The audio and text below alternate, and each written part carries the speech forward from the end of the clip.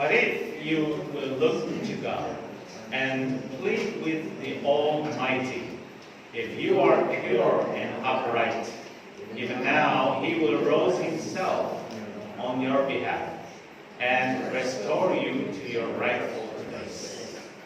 Your beginnings will seem humble. So prosperous will your future be. So prosperous your future will be. There's a portion from chapter 8 of the book of Job. We all know who was Job. If we read chapter 1, verses 1 to 4, we will see a brief introduction of who Job was. We know that he was a man from the land of Uz. And then he was a blameless and upright, who feared God and who shunned evil. And it goes on and say, he was the greatest man among all the people of the East.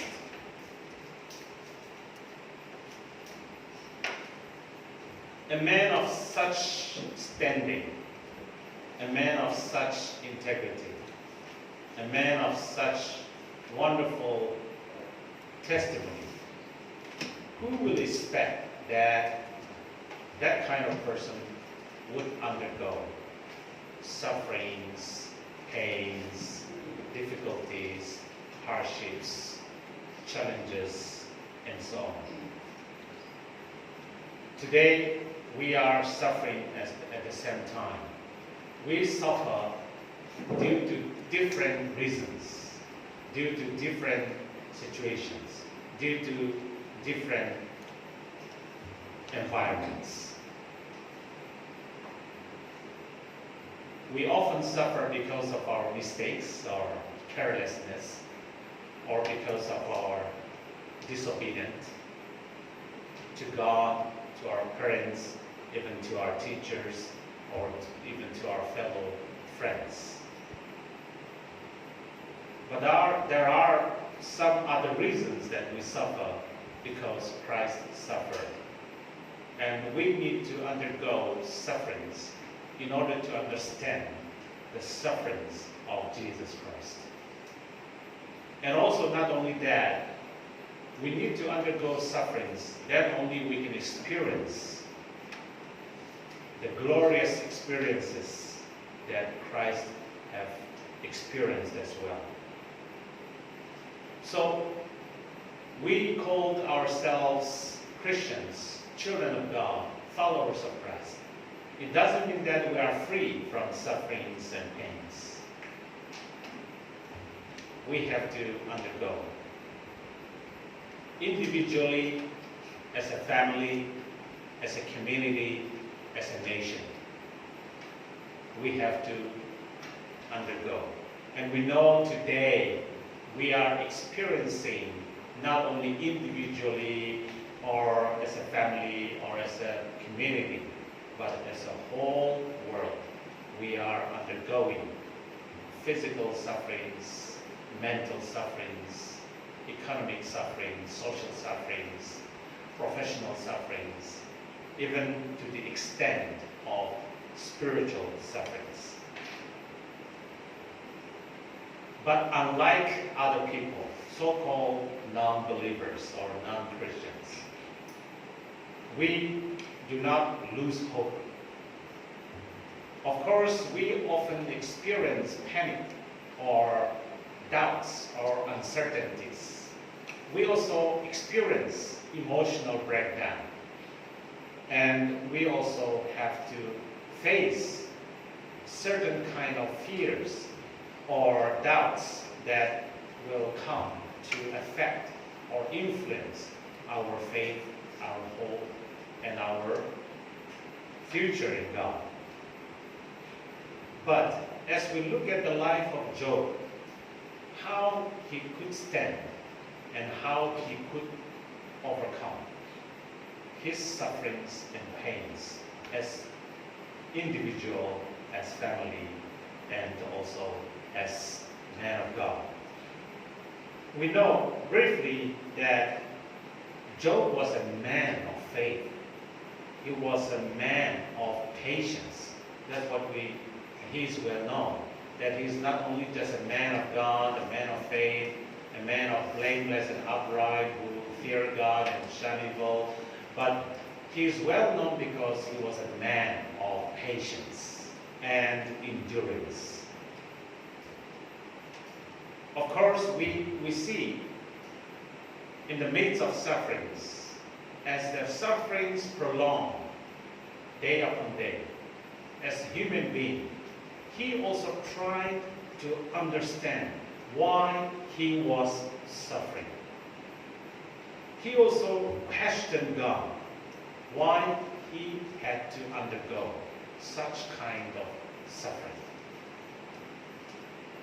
But at the end of the day, he realized that knowing God is better than knowing the answers.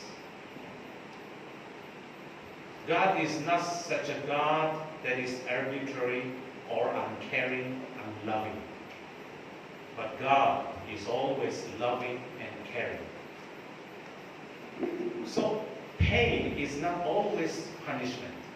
Suffering is not always because of sins. Of course, when God punishes the sinners or the disobedient people, those who are obedient, those who are right before God also had to undergo sufferings together. Have to be influenced or affected. Because we live in the same world, we live in the same humanity. Here we see in these 3 verses, in the middle of counseling and then confronting, and in the middle of trying to find out the answer, God sent 3 of his friends. Of course, God rebuked his 3 friends because of their pride, because of their misjudgment, because of their limited counsel. But God spoke through his friends in order to deeper and deeper into the life of Job, so that he will know God more deeply, more completely, and more perfectly, and come out as pure gold and be prosperous and successful and be a testimony to all generations to come. We see here in these 3 verses, but if you will look to God and plead with the Almighty. The first condition, the word if is a conditional word. If you do this, if you do that, then it will be like that or like this. So there is no other way. There is a condition. Today we want to escape, we want to overcome, we want to avoid, we want to be free. We have been saying how long that we have to undergo in this kind of lockdown or immobility or social distancing and lose of so many freedoms and opportunities and privileges.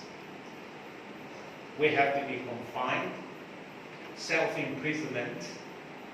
We have to compel ourselves to be away from people, to be away from our daily, ordinary activities, to be away from what we want to do, where we want to go, and whom we want to be. We have been more limited in many areas of life. Yes, we may not have sufferings like Job, physically or in another kind. but we are all undergoing common suffering. And much more other people are suffering. But here we see the condition is that if you will look to God, at this point, in this kind of situation, what you and I should do is to look unto God. There is no other way, there is no way out. If you and I want to end up with prosperity, success, and freedom, and victory, and contentment, the only way, the key is to look unto God. We see today, human being has failed, money has failed, power has failed. Whatever we have, technology, in many areas of life, we have failed to fight against this evil, to fight against this enemy, attacking us physically, mentally, morally, socially, and spiritually.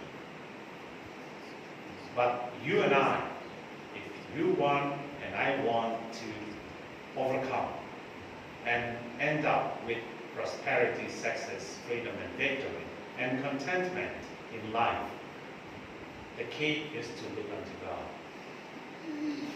Why to look unto God? Because we know that God is both gracious and compassionate. We find that even in the Old Testament, when God revealed to Moses, He revealed to him as God being gracious and compassionate, slow to anger, and rich or abounding in love. We see the four characteristics of God. That what kind of God we have. When we look unto Him, how can we see God and experience God? The first is being gracious, being compassionate, slow to anger. In other words, He is patient and rich in love, lavish in love, abounding in love, full of love. So in spite of who we are and what we are and where we are and what kind of life that we have been going through, no matter what, there is no boundary, there is no barrier, there is no reason that we cannot look unto God. We may be at the age of life, we may be aging away, we may be losing hope. We see ourselves, or we think of ourselves that I have become nothing, nobody, I'm losing, I'm gone, I failed. But as long as we look unto God, there will be always a glimpse of hope that will lead us to victory, to the mountain where we can praise and shout and give glory to God. So we are commanded, or we are given the opportunity that in any situation and for any reason and purpose, the first condition you and I have to do is to look unto God, to call upon Him, to trust Him and to depend on Him, to rely on Him, to come to Him, to draw nearer to Him. That's the only way, that's the key, that's the first step. That's the priority above all things. Yes, sometimes when we face problem or undergo suffering and pain, and which we cannot bear it anymore, we are out of place, we tend to run to somebody, we tend to look for something else. We think of our position, we think of our treasures, we think of our future, we think of our families, we think of what we have and what we can do. But we have to resign from all those things and only look unto God. And the second thing we see here also, but if you plead with the Almighty. Look unto Jesus. Look unto God. Jesus is loving, forgiving, and caring. Plead with the Almighty. God the Almighty, God the El Shaddai, all-sufficient God, who is powerful, sufficient, and complete and perfect in all things. And He is more than enough, more than sufficient for you and me. God is all-powerful, El Shaddai, Almighty. Where He is enough as a source, as the source of life. And we have to plead with Him. Pray unto Him or ask Him earnestly, sincerely, honestly, with an urgent emotion or attitude or heart and mind. Pleading with God is not just normally and casually and regularly or just asking Him as always, as we do usually. But pleading or to plead has to do with a sense of urgency, with a sense of earnestness, with a sense of zeal and passion, that without which we are gone, without which we are lost, without which we are no more. With that kind of deep desire, with thirst and hunger. Plead with God, the Almighty. Jesus is the shepherd. Jesus is our good shepherd. Jesus is our everything.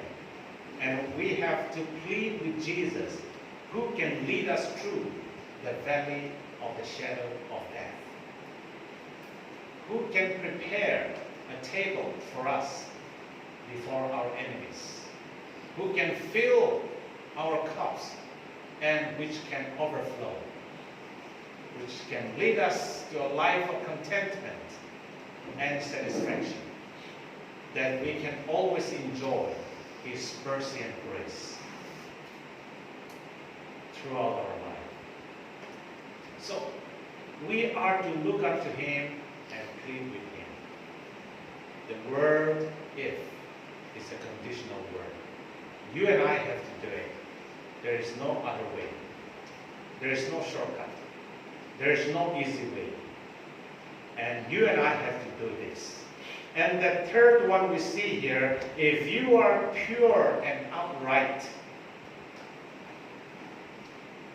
The third condition we see here is talking about our being, our very life.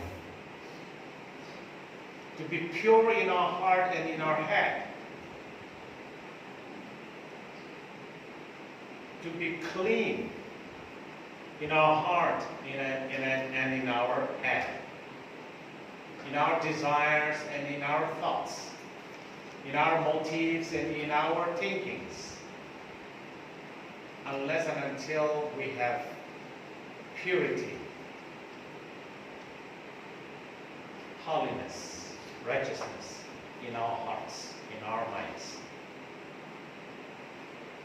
We cannot stand on our rightful place. We see there in verse 6 that you will be restored to your rightful place. That's the outcome. That's the final outcome of what we should be. So we have to be pure in our heart and in our head. And upright.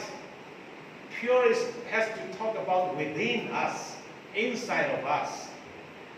But upright has to do with outward and outside of us.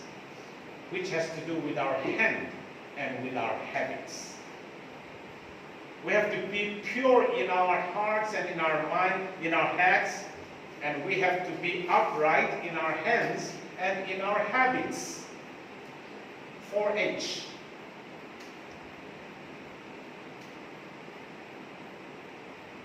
Then, what will be the result?